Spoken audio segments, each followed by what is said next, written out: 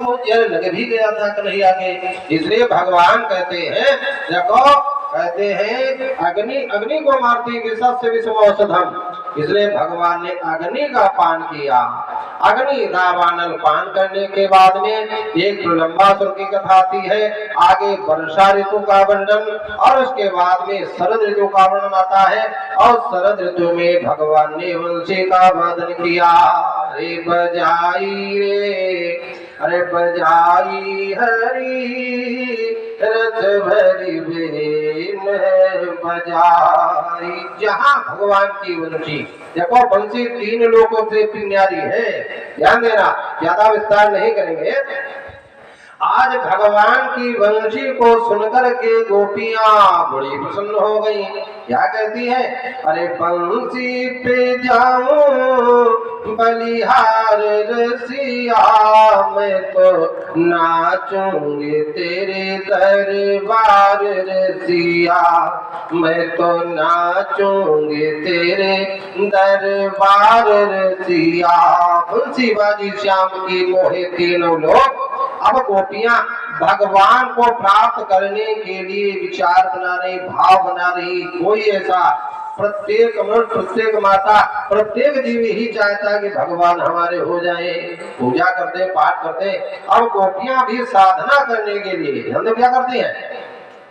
यही अगहन का महीना, अरे हेमंते प्रथमे मासी नंद प्रजा, मुद्रापण करे आशीर्वाद मंगल कामना।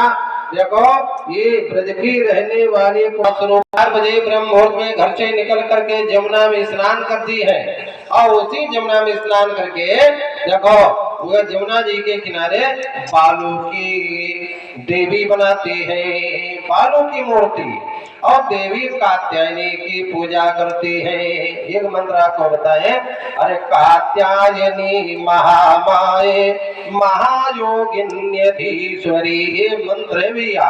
देखो जिस कन्या अथवा वर के विवाह में विलंब होता हो, भैया जी 1 से 1 मुद्रा अर्पण कर रहे हैं भगवान की तरफ से। आशीर्वचन मंगल कामना और प्रसाद इधर ले लीजिए। देखो इस मंत्र का यदि कन्या अथवा कोई वर विवाह में कोई बाधा पड़ रही हो, पति पत्नी में झगड़ा हो रहा हो, तो इस मंत्र का जप करना चाहिए। एक श्लोक भैया मंत्र है, बताएं। एक गुरु एक मंत्र कान में फूंक देता, पूरे जीवन भर चेला सेवा करवाता है। लेकिन यहाँ पर भैया तो मंत्र ही मंत्र है। इसलिए कथा सुनाने वाला व्यास गुरु नाम गुरु, गुरुओं का भी गुरु होता है। मंत्र है, अरे अधीश्वरी और नंद गोप सुतम देवी पति में कुरुते नमः। जैसे सीता जी जो भगवान राम को पति बनाने के लिए देखो पूजा करती है। कैसे? सीता भानु के बनाए भोलेनाथ, चढ़ाए लोटा जल आई। उसी प्रकार गोपियां देखो बालू की मूर्ति बना करके कात्यायनी पूजा करती है। और कैसे? रोली पुष्प सुगंध चढ़ावे और चढ़ावे मेवा, अरे भैरव के संग चमर जुड़ावे, नित्य करे तेरी सेवा मैया, विनती कर कर तुम्हें बुलावे मुनियति महादेवा मैया। पहाड़ों वाली जे दुर्गे खप्पर वाली, काहे को सुधी विसराई है मैया, दुख की बदली छाई, काहे याद मेरी ना आई। यानी पूजा कर रही है देवी जी की, कात्यायनी दुर्गा माता की। और प्रसन्न कौन हो गए जानते हो? भगवान प्रसन्न हो गए। आपको शिक्षा क्या मिली? कि जनक लली के पद कमल, और जब लगी हृदय न बास, और राम भ्रमर आवत नहीं, तब लगी ताके पास। जैसे आप लोग यहाँ बच्चे होते हैं ना, देखो सर्वप्रथम माता का दर्शन, माता ही सारे संसार का परिचय कराती है। देखो भैया तुम्हारे जी बाबा बैठे, ये तुम्हारे ताऊ जी, ये चाचा जी है, ये मौसी जी है, देखो ये माँ की कृपा, इसलिए जगत जननी शक्ति उपासना करोगे और शक्तिमान भगवान प्रसन्न हो गए। भगवान कृष्ण ग्वाल वालों को साथ में लिया और जमुना जी के किनारे जहाँ गोपियां स्नान कर रही थी उनके कपड़े उठा लिए और कदम पर चढ़ गए और गोपियां बाहर जब निकली, अरे कपड़े गाए, वो पीछे लौट गई लज्जा के कारण, शर्म के कारण। आकंठ मगनासी तो दे रोते रोसीत गर्षिता, गले से पानी में डूबी हुई। देखा अरे जिसके लिए हम तपस्या पूजा कर रही, अरे वो कन्हैया कदम पर बैठा हुआ है। अरे श्याम सुंदर ते दास्या, अरे जो भी बाप कहेंगे हम करने को तैयार, हम तुम्हारी दासी हैं। भगवान का तुम दासी हो तो आ जाओ, कपड़े ले जाओ, हम क्या करें कपड़े। अब गोपियां देखो, ज्यादा समय नहीं, बहुत संक्षिप्त सुना रहे। गोपियां निकली और कैसे निकली जानते हो, कहते हैं पाणिभ्याम, द्विवचन है भैया, जो संस्कृत पढ़ने वाले जानते हैं। पाणिभ्याम योनिमाच्छिद्य, दोनों हाथों से अपने गुप्तांग अंग प्रत्यंगों को ढक करके बाहर निकली। भगवान श्याम सुंदर कहले तुमने गलती की, नग्न स्नान किया, इसलिए अपनी गलतियों का प्रायश्चित क्षमा चाहती है तो हमको प्रणाम कर लो। तो कोई कोई गोपियां एक हाथ से अंगों को ढकी और दूसरे हाथ से ऐसे हाथ से प्रणाम करती है। भगवान कहते हैं जो एक हाथ से प्रणाम करता है उसका हाथ काट लेना चाहिए। अब इसका नाम है समर्पण भाव। गोपियां समर्पित हो गई, दोनों हाथ से भगवान को प्रणाम किया, यही समर्पण है। भगवान ने वस्त्र दे दिए। भगवान कहने ठीक है, अब तुम्हारी साधना पूर्ण हो गई है, अब तुम जाओ, अब अगली वर्ष शरद पूर्णिमा के दिन हमारा तुम्हारा मिलन होगा। आशीर्वाद दे दिया।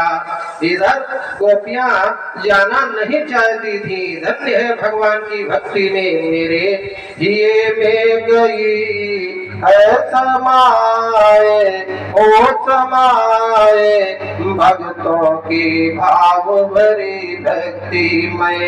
अरे रिजप नंद उपनंद धरानंद सब तैयारी में लगे। देखो एक अनुष्ठान पूजन कार्य होना है। भगवान कृष्ण कहने क्या बाबा अपने घर में कोई कार्यक्रम होने वाला है। नंद बाबा कहने हाँ, अपने घर में प्रतिवर्ष इंद्र की पूजा होती है, इंद्र प्रसन्न होता है, वर्षा करता है, वर्षा से अन्न पैदा होता है, अन्न से प्राणियों की रक्षा होती है। अब देखो इंद्र को भी अभिमान दूर करने के लिए भगवान कहते इंद्र क्या होता है। इंद्र ने कभी तुमको दर्शन दिया? कभी नहीं आया।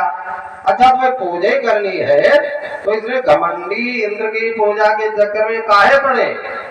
देखो हमारे तुम्हारे रक्षक है श्री गोवर्धन नाथ भगवान। बोलो श्री गोवर्धन नाथ भगवान की जय। अरे जो नरेशु, जो हमारे में रक्षा करे वही राजा। हमारे गांव पूरे के रक्षक है श्री गोवर्धन नाथ भगवान का पूजन कराया विधि विधान से।